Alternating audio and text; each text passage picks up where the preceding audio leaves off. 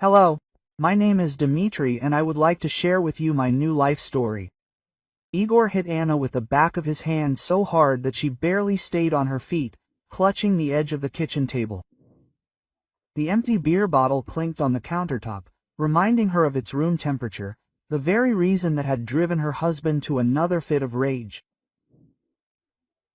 He looked at her with cold disdain, as if she was to blame not only for the warm beer but for all his failures in life, and then turned and headed for the bedroom, throwing something unintelligible over his shoulder about her worthlessness.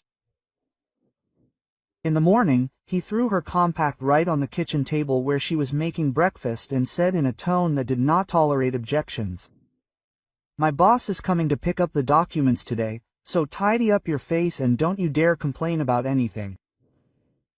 Anna picked up the compact with trembling fingers, feeling the left side of her face pulsate with pain where his blow had left its mark yesterday. She knew that any resistance or attempt to explain would only make the situation worse, so she nodded silently and went to the bathroom. The mirror mercilessly reflected the consequences of last night. A dark purple bruise spread from her cheekbone to her temple, and the swelling made her left eye noticeably smaller than the right. Anna opened the compact and began to apply makeup to the damaged skin with careful movements. Each touch caused a sharp pain, but she endured it, realizing that there was no alternative. The powder lay unevenly, creating a strange waxy shade that emphasized the problem rather than concealed it. In the reflection, she saw not only her injuries, but also the fear in her own eyes. Fear of the upcoming meeting with her husband's boss, of possible questions, of the fact that she might say something wrong. Igor didn't tell her much about his work, but she knew that his boss was a tough and demanding man. Otherwise, how could she explain her husband's constant tension and his outbursts of anger after workdays? Anna imagined a stern middle-aged man with cold eyes who could drive a subordinate to a nervous breakdown with just one look. Having finished with her makeup, she returned to the kitchen, where Igor was finishing his coffee, scrolling through the news on his phone. He looked up and critically assessed the result of her efforts. "It won't get any better, it'll do," he grumbled, returning to the screen. Anna felt a lump of anxiety squeeze inside her. She sat down opposite and carefully asked, "How long should we expect the visit and do we need to prepare anything special?" Igor raised his eyes to her, warning her, "He'll be here after lunch. The documents are on the table in the living room." "It's simple," he said, putting down his empty cup. "But so you understand, Anna, if you say one extra word to him, if he suspects something is wrong, then yesterday's bruise will seem like a scratch to you." His voice sounded even, almost casual, but the threat was so obvious that it took her breath away. She nodded, not daring to utter a sound, and he chuckled with satisfaction. The rest of the morning passed in agonizing anticipation. Igor left on business, promising to return by the time his boss arrived, and Anna rushed around the apartment, trying to occupy herself with cleaning. She wiped the already clean surfaces, moved things from place to place, but her thoughts still returned to the upcoming meeting. Possible conversation options were spinning in her head, and each of them ended with her saying something wrong and bringing on her husband's anger. The documents on the table in the living room were neatly folded into a folder. Anna did not dare to look at them, but out of the corner of her eye she noticed official forms and figures. Igor's work in a construction company always seemed distant and incomprehensible to her. He never dedicated her to the details, limiting himself to complaints about his superiors and colleagues. The only thing she knew for sure was that this work brought in good money, judging by how their standard of living had changed over the past couple of years. Around 3 o'clock in the afternoon, the doorbell rang. Anna shuddered, although she was expecting this sound, and hurried to open it. Igor had not yet returned, but she remembered his words about the boss possibly arriving earlier. Looking through the peephole, she saw the silhouette of a tall man in a dark suit. Her heart beat faster with excitement, and she took a deep breath and turned the lock into her lungs. The door opened, and Anna saw a face she had never expected to see. Maxim was standing on the threshold, as tall and stately as in her memories, but older and more mature. His dark hair was neatly trimmed, and in his eyes there was the same kindness that she remembered from school. For a moment, time seemed to stop, and they just looked at each other, unable to believe this meeting. "Anna," he whispered, and there was surprise and something else she couldn't quite place in his voice. She wanted to answer, but her voice caught in her throat. Maxim was her first love, her classmate, whom she had dated in her senior year. Back then, it seemed like they would be together forever, but life had taken them to different cities and universities. They had lost touch many years ago, and now he was standing on the threshold of her house, like her husband's boss. Maxim's gaze slid over her face and stopped on her left cheek, where the powder couldn't completely hide the dark spot under her eye. His expression changed instantly.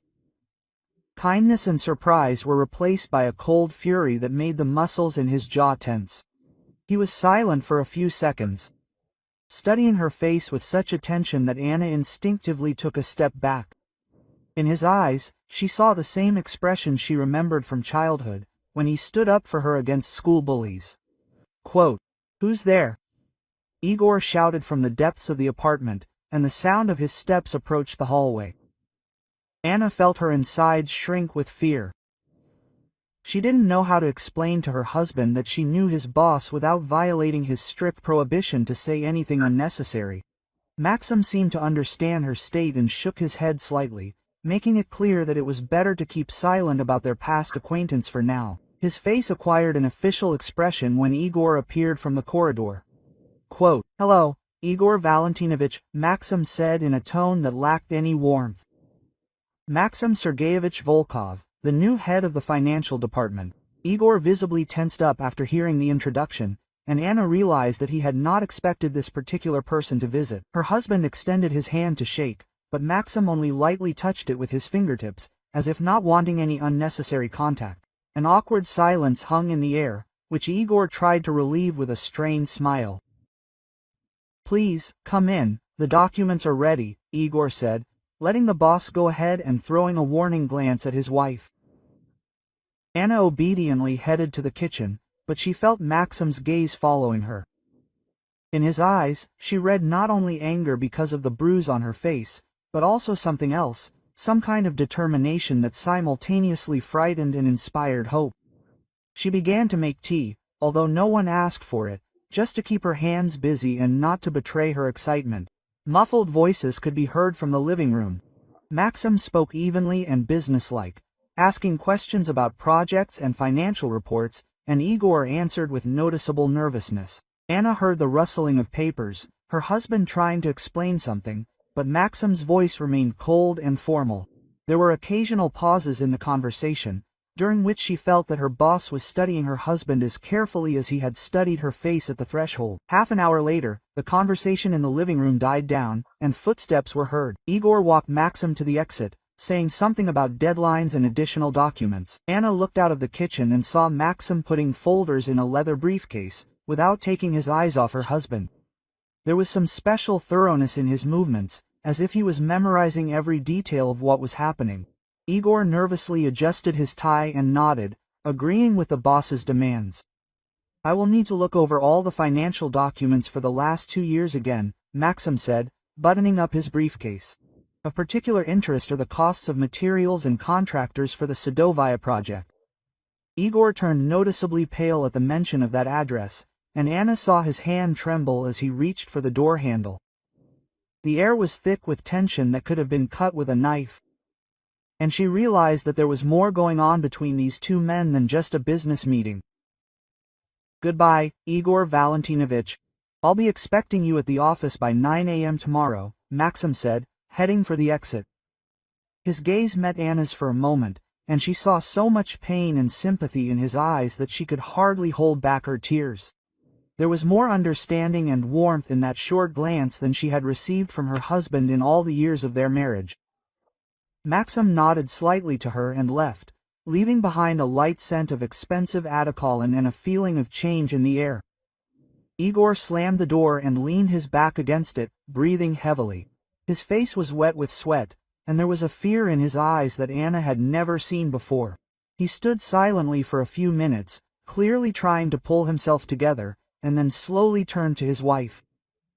In his gaze she saw suspicion and anger that made her heart beat faster with anxiety. Something in the behavior of the new boss greatly alarmed him, and she was afraid that he would begin to blame her for it. "I'm going out on business, I'll be late," he said, grabbing his jacket from the hanger. "If anyone else calls or comes, don't let anyone in and let me know right away." His voice sounded tense, and Anna realized that the meeting with Maxim had seriously worried him. He left without saying goodbye and slammed the door so hard that the twigs in the windows shook. Anna was left alone in the apartment, where the smell of her husband's fear and the memory of Maxim's warm gaze still hung in the air. She returned to the kitchen and sat down at the table, trying to comprehend what had happened. The meeting with Maxim had turned her entire understanding of today upside down. The boy she had loved at school had become a man who was now her husband's boss. He saw the bruise on her face and understood what she had never told anyone.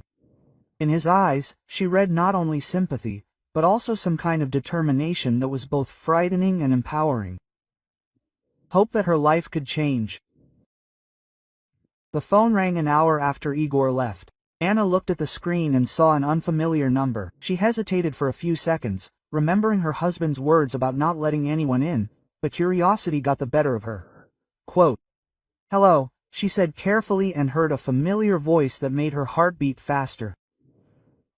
"This is Maxim, you can talk." Anna looked around, although she knew that she was home alone, and quietly answered, "Yes, Anna, I need to tell you something." "It's very important," he said in a serious tone. "What I saw on your face today and what I know about your husband from work, this cannot continue. Tomorrow morning he will be arrested on suspicion of large-scale embezzlement, and you must be prepared for this." Maxim's words sounded like a bolt from the blue, and Anna felt the earth slipping from under her feet. She squeezed the phone so hard that her knuckles turned white, trying to comprehend what she had heard. Like this video so that YouTube knows you are interested in video stories like this one and recommends more quality stories. Maxim spoke calmly, but every word he said hit Anna like a hammer blow. Igor had been embezzling money from the company for over 2 years, creating effective contracts with contractors and inflating the cost of materials. The total amount of theft exceeded 4 million rubles. And the investigation has irrefutable evidence of his guilt. Anna listened, feeling the world crumble around her, and tried to comprehend the scale of what her husband was doing. She never wondered where the money for expensive furniture, appliances, and her new fur coat came from. Quote, "Remember how your life has changed over the past 2 years, Maxim continued. A new car, renovations in the apartment, expensive purchases. All this was paid for with stolen money." Anna looked around and really saw her house with different eyes. The plasma TV on the wall, the leather sofa where Maxim was sitting today. Expensive kitchen appliances. All of this had appeared gradually, and Igor explained the purchases by bonuses and successful projects. Now she understood that she lived in a house built by stealing money, and this realization made her feel physically ill. "Anna, you must understand that when he is arrested, an investigation will begin, and you will be interrogated too," Maxim said carefully. "The investigators will want to find out whether you knew about your husband's crimes, whether you participated in money laundering." Her hands shook so much that she could barely hold the phone. The thought that she could be accused of complicity horrified her. She really knew nothing about Igor's machinations. But who would believe the wife of a thief who enjoyed the fruits of his crimes? "But there is a way to avoid all these problems," Maxim continued, and new notes appeared in his voice. "You need to leave today before he comes home and gets suspicious. I have friends in another city who will help you get settled, find a job and a place to live." Anna was silent, trying to digest what she had heard. Maxim's offer sounded like salvation, but at the same time it required her to make a decision she was not ready for. To leave everything and leave with a man she had not seen for many years, to trust him completely. Quote, "What if I stay and tell the investigation everything?" she asked quietly. "What if I become a witness against him?" Maxim was silent for a few seconds, and she heard him sigh heavily. "Anna, have you seen what he does to you over warm beer?" he said finally. "Imagine what will happen when he understands that you can send him to prison for many years. He will stop at nothing to make you keep quiet or get rid of the witness altogether." These words sounded like a sentence, and Anna realized that she really had no choice. Quote, "I need time to think," she whispered, although deep down she already knew the answer. "We don't have time," Maxim answered. "He can come back at any moment, and tomorrow morning it will be too late." "Anna, I know that we haven't seen each other for many years, and you don't have to trust me, but I can't calmly watch what is happening to you." In his voice, she heard the same sincerity that once made her fall in love with him. Even after years of separation, he was ready to help her without asking for anything in return. Quote, "Where will we meet?" she asked, and heard Maxim breathe a sigh of relief. "In an hour I'll be waiting for you at the entrance to the park on Central, where our bench used to be," he said. "Take only the most necessary things. Documents, a few things.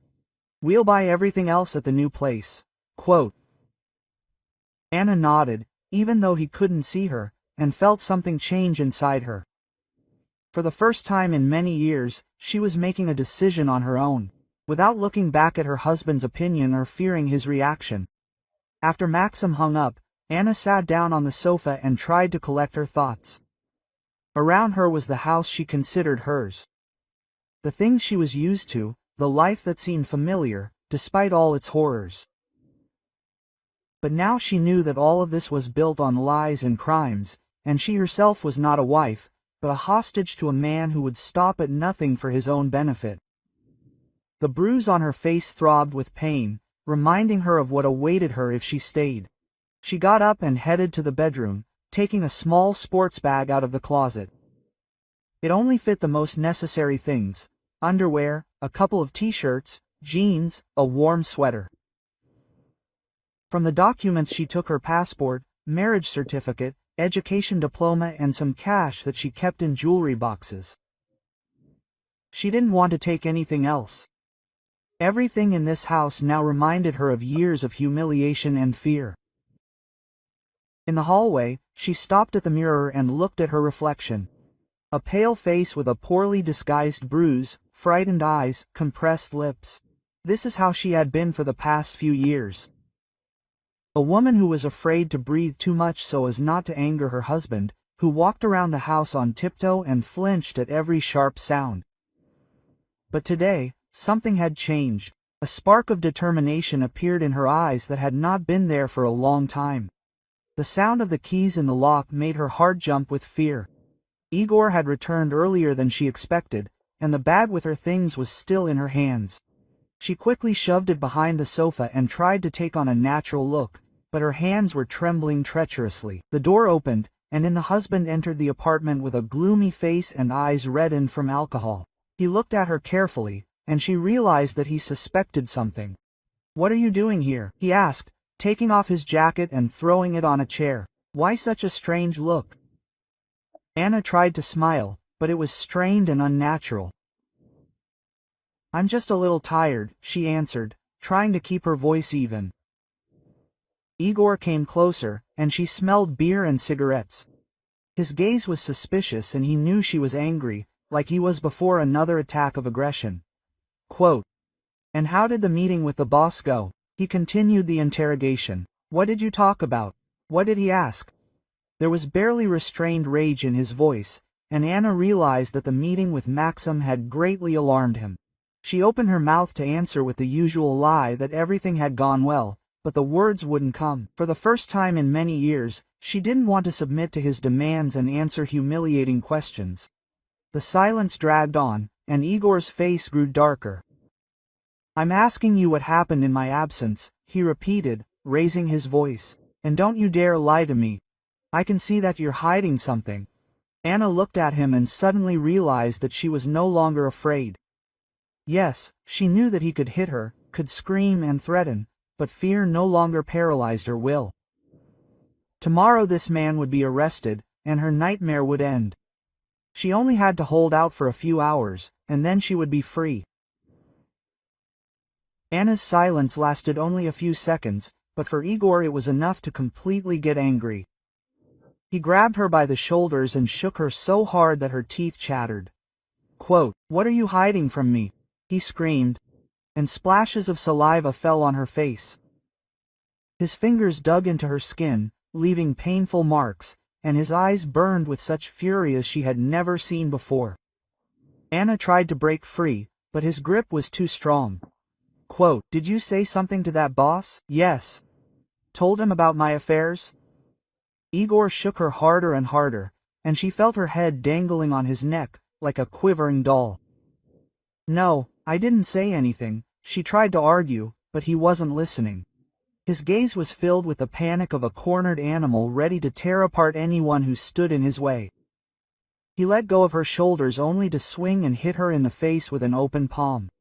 The blow landed right on yesterday's bruise, and the pain exploded in her head with a bright flash. Anna screamed and tried to cover herself with her hands, but Igor grabbed her wrist and pressed her against the wall.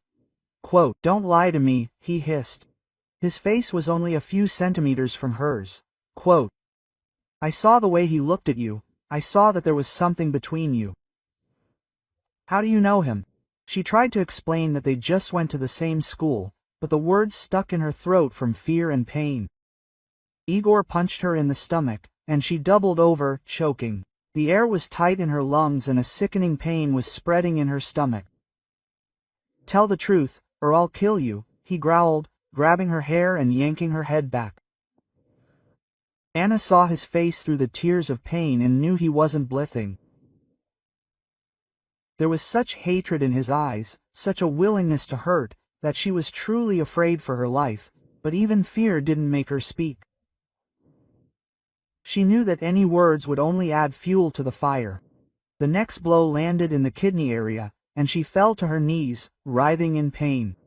Igor stood over her, breathing heavily, his hands clenched into fists. "Do you think you can betray me? Do you think your school friend will protect you?" He kicked her in the ribs and she rolled onto her side, clutching her hands to her chest. The pain was so sharp that black circles swam before her eyes. Breathing was difficult. Every breath echoed with pain in his ribs. "I'll find out everything," Igor continued, pacing the room like an animal in a cage. "If it turns out that you lied to me, if you told him anything, I'll bury you alive. Do you understand?" Anna lay on the floor, curled up and trying to protect herself from new blows. But Igor seemed to be out of breath. He stood over her, breathing heavily, and then suddenly headed for the exit. "I need to meet someone," he threw over his shoulder. "And you lie here and think about what will happen if I find out the truth." The door slammed shut, and silence reigned in the apartment.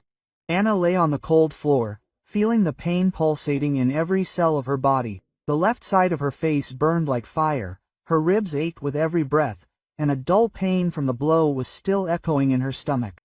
She tried to get up, but dizziness forced her to fall back to the floor. The world swam before her eyes, and her ears were ringing so loudly that she could barely hear her own breathing. Gradually, the pain subsided a little, and she was able to sit up, leaning her back against the wall. The taste of blood in her mouth reminded her that Igor had split her lip, and touching her face caused a sharp pain. She realized that this time he had beaten her much more severely than ever before. Previously, he limited himself to 1 or 2 blows, but today it was as if he had broken loose. The fear of exposure made him even more cruel and unpredictable.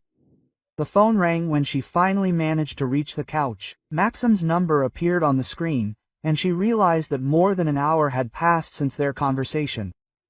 "Hello," she whispered, and her voice sounded hoarse and painful. "Anna, what happened?" Maxim immediately asked, hearing her condition. "Where are you? Is he home?" She tried to answer, but only a sob escaped her throat.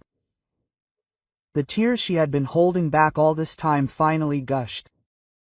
"He beat me up," she admitted through her tears. "Harder than ever. I think he suspected something after your meeting." Maxim swore so quietly that she barely heard it, but there was such rage in his voice that it even scared her. "Where is he now?" he asked sharply. Anna explained that Igor had gone out to meet someone and did not know when he would return. "Okay," Maxim said. "I'm coming to pick you up right now. Be ready in 15 minutes. Quote. Anna struggled to get up from the couch and headed to the mirror in the hallway. The reflection horrified her. The left side of her face was swollen and dark purple. Her lip was split and bleeding, and there were tears in her eyes. She looked like a victim of a car accident, not a woman who had been beaten by her own husband. But now was not the time to feel sorry for herself. She needed to pack up and leave before Igor returned and inflicted even more brutal punishment. The bag she had prepared earlier was still lying behind the sofa. Anna took it out and checked the contents. Documents, some clothes, money. She didn't want to take anything else. Everything in this apartment reminded her of years of fear and humiliation. The only thing she had added to what she had collected was a photo of her parents from their wedding. The only memory of the time when she was happy and didn't know what it was to be afraid of her own husband. The sound of a car under the windows made her heart beat faster. Anna looked out the window and saw Maxim's black car. He got out of the car and headed towards the entrance, moving quickly and decisively. There was such determination in his gait that she realized that he would not leave her in trouble, no matter what happened. For the first time in many years, there was a man next to her who was ready to protect her, not hurt her. The doorbell rang quietly, just once. Anna took her bag and headed for the exit, not looking back at the apartment that had been her prison for so many years. Maxim was standing behind the door, and when he saw her face, his jaw clenched with rage. "My God, Anna, what did he do to you?" he whispered, carefully touching her undamaged cheek. She saw such pain and sympathy in his eyes that she began to cry again. But this time the tears were not only from physical pain, but also from relief. The nightmare was finally ending. "We have to go," Maxim said. "Take her bag. If he comes back and sees that you are going to leave, even worse can happen." Anna nodded and followed him to the elevator. In the elevator mirror, she saw her battered face for the last time and realized that she would never allow anyone to treat her like that again. The elevator doors closed, cutting her off from her past life, and she felt something inside her change forever. It was warm and quiet in Maxim's car. He started the engine and drove out of the yard without saying a word. Anna leaned back in her seat and closed her eyes, feeling the tension gradually leave her body. For the first time in many years, she was safe. Next to her sat a man who would not hurt her, would not shout and threaten. A man who risked his career to save her from her criminal husband. If you like this story, subscribe to the channel so you don't miss new videos. Igor returned home around midnight, staggering from the alcohol he had drunk and the nervous tension. The meeting with his accomplices brought no relief. They also felt that the noose was tightening, and each thought only of his own salvation. He went up the stairs, mentally preparing to continue the conversation with his wife, who was probably still lying on the floor where he had left her. The keys jingled in his pocket, and thoughts were spinning in his head about how to make her tell the whole truth about the conversation with her boss. The apartment greeted him with suspicious silence. Igor turned on the light in the hallway and immediately realized that something was wrong. The air was different, as if someone was airing the room. "Anna!" he shouted, heading for the living room, but there was no answer. There was no one in the room. There was not even a trace of blood on the floor, which dripped from her split lip. He searched the entire apartment, looked in every corner, checked the balcony and the bathroom, but his wife was nowhere to be found. Only then did he notice that some of her things were missing from the closet. The drawer with documents was open, and Anna's passport was missing. Igor stood in the middle of the bedroom, feeling rage mixed with fear boiling inside him. She had escaped, and that could only mean one thing. She really knew something, and now she was running to tell everything to the investigation. His hands were shaking with anger when he imagined her handing him over to the police, telling about the hidden money and documents. Rage exploded inside him like a grenade. Igor grabbed a vase from the table and threw it at the wall, where it shattered into thousands of pieces. Then came the plates from the kitchen, cups, photo frames, everything that came to hand. Flew into the walls and shattered with a deafening roar. He screamed and cursed, calling his wife a traitor and a who sold him out for the opportunity to escape. The neighbors probably heard this pogrom, but he didn't care. When the fit of rage passed, Igor sat down among the shards and debris of his former life. The apartment looked like a battlefield. There were shards everywhere. Pieces of glass stuck out of broken frames, and dents from discarded objects remained on the walls. He understood that his life was collapsing at a catastrophic speed, and it was impossible to stop this process. Anna knew too much, and now she was free and could tell everything to the investigation. In the morning, Igor woke up on the couch, without undressing, with a headache from a hangover and nervous exhaustion. He brewed strong coffee and tried to put his thoughts in order, making an escape plan. He needed to urgently take the hidden money, burn the incriminating documents and disappear from the city before the police came to search. He still had connections in other regions. People who could help him hide and start a new life under a false name. He took a shower, changed into clean clothes and went to work, trying to look as usual. The office was in the usual bustle. Employees were discussing current projects. Secretaries were delivering documents. Phones were ringing non-stop. Igor sat down at his desk and tried to concentrate on work, but his thoughts kept returning to his missing wife and the possible consequences of her escape. Every ring of the phone made him shudder with tension. Around 10 a.m., 3 men in dark suits entered the office. Igor immediately understood who they were, even before he saw their service ids. His heart began to beat so hard that he could hear it in his ears, and his mouth went dry with fear. "Igor Valentinovich Morozov," said the eldest of them, approaching the table. "You are under arrest on suspicion of embezzlement of funds on an especially large scale. You have the right to remain silent and to request a lawyer." The handcuffs snapped onto his wrists with a metallic click that sounded like a sentence. Igor did not resist. He understood that the game was over and that resistance would only make his situation worse. His colleagues looked at what was happening with amazement and fear. Someone was whispering in the corner, discussing what had happened. The secretary covered her mouth with her hand. She could not believe that the calm and respectable Igor Valentinovich turned out to be a criminal. At the police station, he was led into a small interrogation room with bare walls and a single window under the ceiling. The investigator turned out to be a middle-aged man with tired eyes and an indifferent expression. He had seen hundreds of such cases. He laid out folders with documents and photographs on the table, and then turned on the dictaphone. "So, Igor Valentinovich, let's start from the very beginning," he said in a monotonous voice. "We have irrefutable evidence of your fraud with the company's money." The investigator read out the testimony of witnesses, among whom were the company's accountants, contractors, and even some workers who had seen Igor receive kickbacks for inflated invoices. But the most terrifying moment for him was when the investigator opened a separate folder and said, "Now let's talk about the testimony of your wife and Anna Sergeyevna."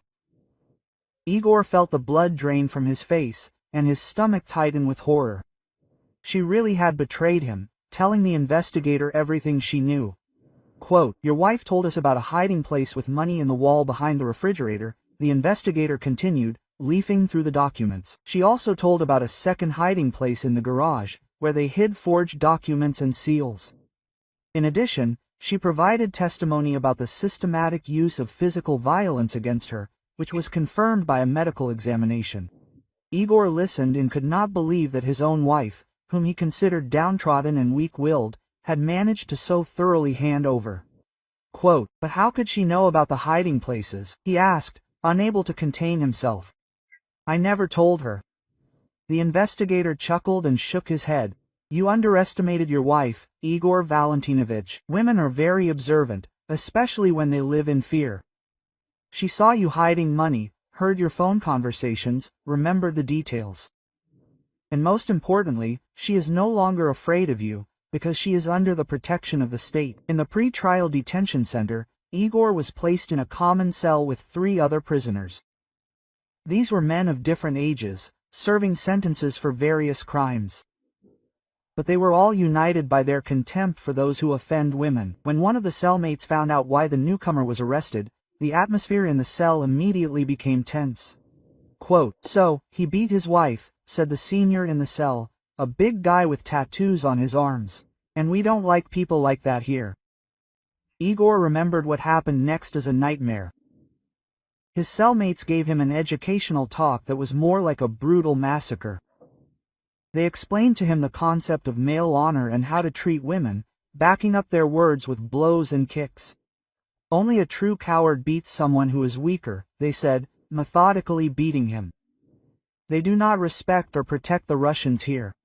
When the beating was over, Igor was lying on the bunks, covered in bruises and abrasions, and for the first time in many years he understood what his wife felt after each of his fits of rage. Pain pierced his entire body, it was difficult to breathe, and every movement was a new flash of suffering. He realized that long years of humiliation and fear awaited him in prison, and no one would come to his aid, as Maxim once came to Anna's aid. I recommend listening to these 2 stories that you see on the screen. I am sure that you will like them, and in the comments to this video you will find a link to a selection of the best stories from all over the internet. Thank you for watching.